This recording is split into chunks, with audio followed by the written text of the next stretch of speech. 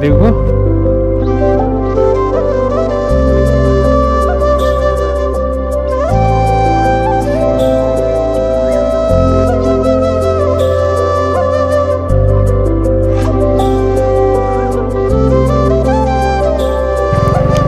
लु वेदर हेर्नुहोस् है गाइस तपाईँहरूले। लु म चाहिँ बिस्तारै कुदाउँछु, स्पिड पनि 20-22 को speed.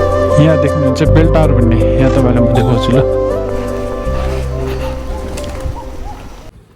So hello guys and welcome to my another vlog. र अहिले चाहिँ म खरसाङमा छु र आज चाहिँ म एउटा मोटो भ्लग गर्न गइरहेको छु र सायद तपाईँहरूलाई मनपर्छ होला कतिजनालाई र कतिजनालाई मन पर्दैन होला, र पनि हेरिदिनुहोस्। र आज त वेदर पनि त्यति राम्रो छैन र भिडियोलाई इन्जोय गरिदिनुहोस्। Thank you.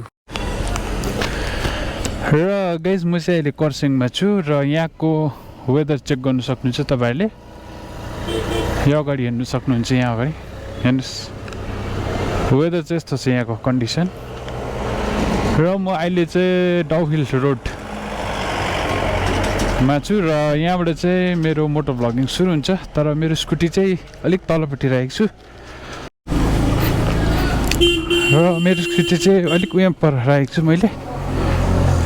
र यहाँ तपाईँहरूलाई यादै छ यो बाटो वान वे हो सिलगढी जाने, र मेरो स्कुटी चाहिँ उयो पर राखेको छु, त्यो स्ट्यान्ड देख्नुहुँदैछ तपाईँहरूले।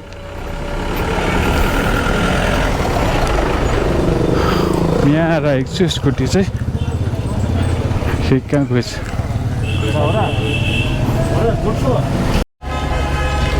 सो म चाहिँ अब निक्लेको र वेदर पनि खतम छ र पनि हिन्दीमा अब। र म चाहिँ अब ओह्रालो हिँडेँ, यो वान वे जाँदैछु र सबैलाई यादै भएको बाटो यो खरसाङको। आज त गाइस वेदर त यति ब्याड छ कि अब के भन्नु। र हेर्नु गाइस यस्तै छ खरसाङको सानोबाट बजारको ठुलो जाम, साह्रै कन्जेस्टेड भएकोले गर्दाखेरि रोड यता चाहिँ के गर्नुपर्ने है।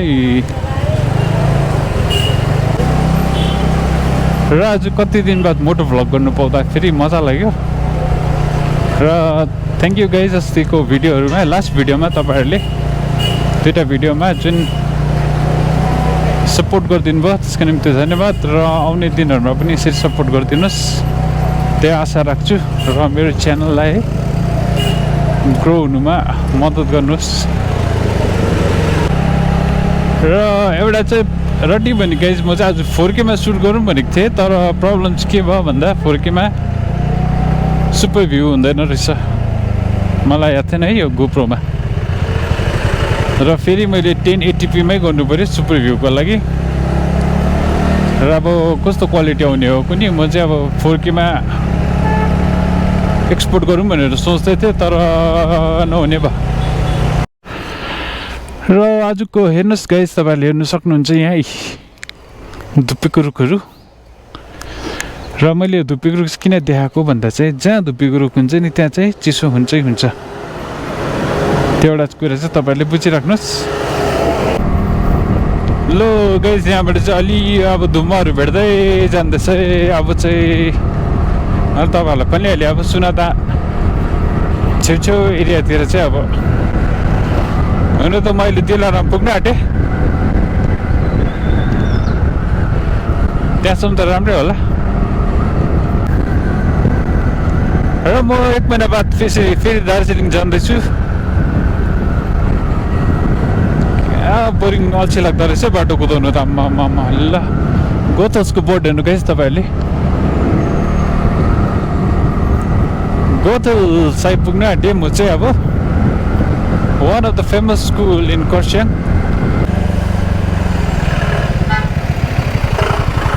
र यो कस्तो जग्गामा राखिदिएको गाडी फेरि। यो लाठी रहेछ नि, त्यो क्लासिक छ लाठी हेर्नु गाइस तपाईँहरूले। यो लाठीले चाहिँ यहाँ ट्राफिक पुलिसको काम गर्छ र उसले भनेको जग्गामा रोकेन भने चाहिँ तपाईँहरूलाई गाडी के अरे डन्ठा लिगाइदिन्छ गाडीमा, त्यस्तो छ है।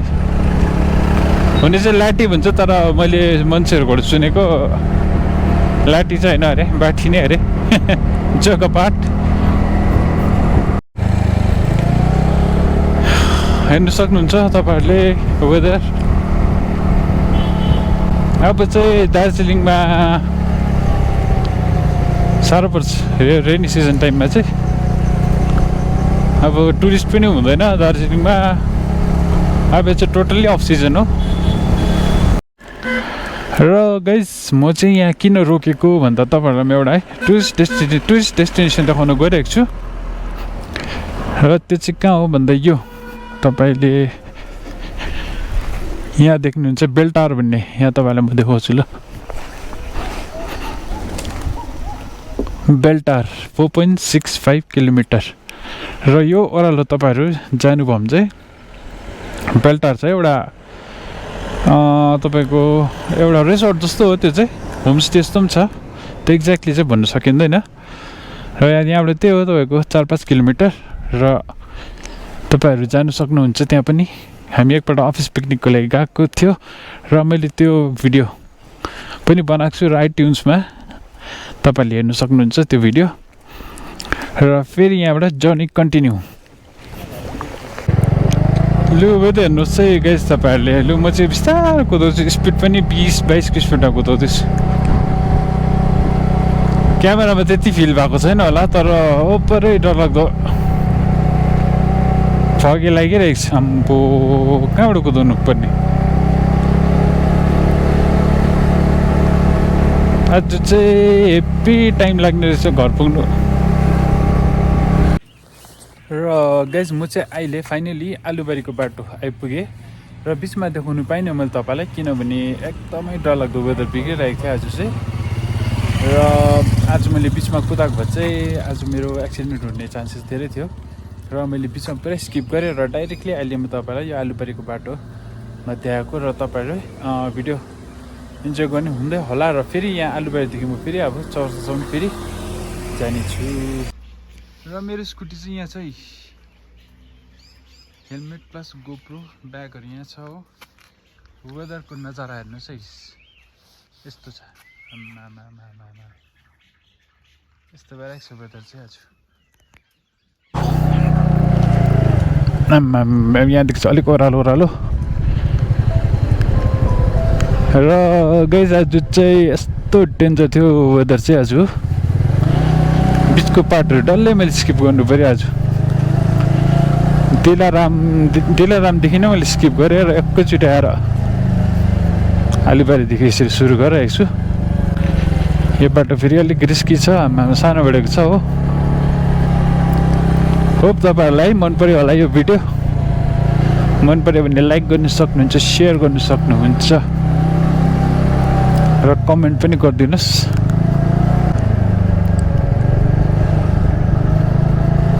र मैले यो जग्गाको है मोटो भ्लग बनाएको छु र त्यो आइट्युन्समा हेर्नु सक्नुहुन्छ तपाईँहरूले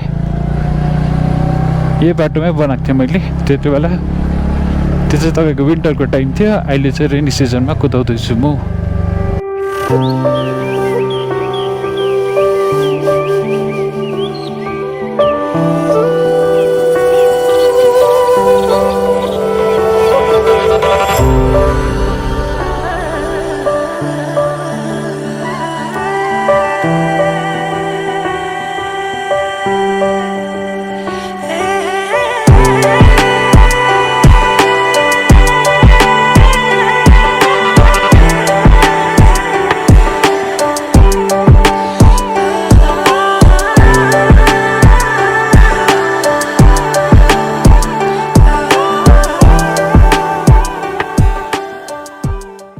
few moments later.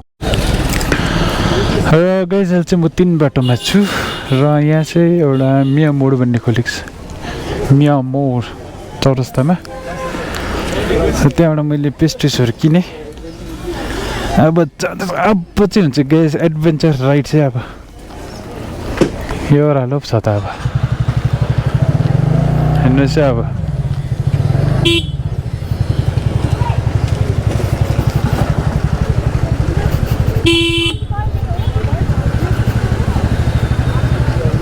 Happy adventure त्यही माथि मान्छेको भिड हुन्छ यहाँ हो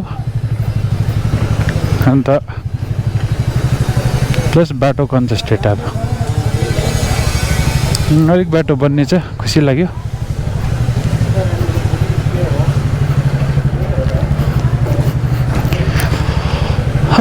कति महिना बाद कुदाएको र यो ओह्रालो अब अलिकति डर लाग्यो मलाई त आज बिट नर्भस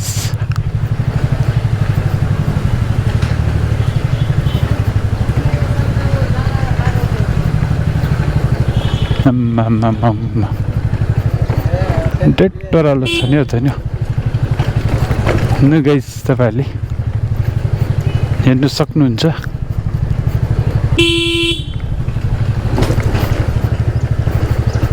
डेट ओह्रालो त्यही माथि बाटो छोड्दैन मान्छेहरूले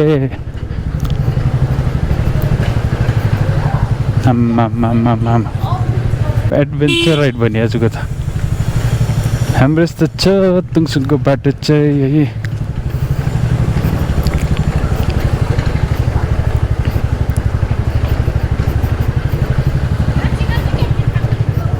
हेरिहाल्नु भयो गाइस तपाईँहरूले यस्तो छ तुङसुङको बाटो सिक्नुहुन्छ यो बाटोबाट लोकल सिक्यो भने चाहिँ जहाँ पनि कुदाउनु सक्छ अरे हाम्रो गाउँकोहरूले भनेको संसारको जहाँ पनि कुदाउनु सक्छ अरे हेर्नु खतरा आइदिएको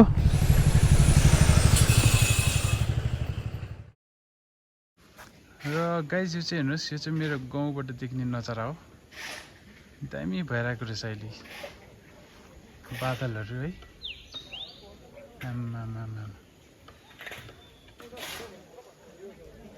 र आज चाहिँ मजा आयो एडभेन्चर राइड भयो र फाइनली म चाहिँ घर आइपुगेँ झन्डै मलाई 2.5 घन्टा जस्तो लाग्यो खरसाङदेखि यहाँसम्म आउनु किनभने वेदर ओभरै डरलाग्दो बिग्रेको थियो र पनि आजको भ्लग बनाउने मैले ट्राई गरेँ र तपाईँहरूलाई कस्तो लाग्छ मन पऱ्यो भने लाइक गर्नुहोस् सेयर गर्नुहोस् र सब्सक्राइब पनि गर्नु सक्नुहुन्छ थ्याङ्क यू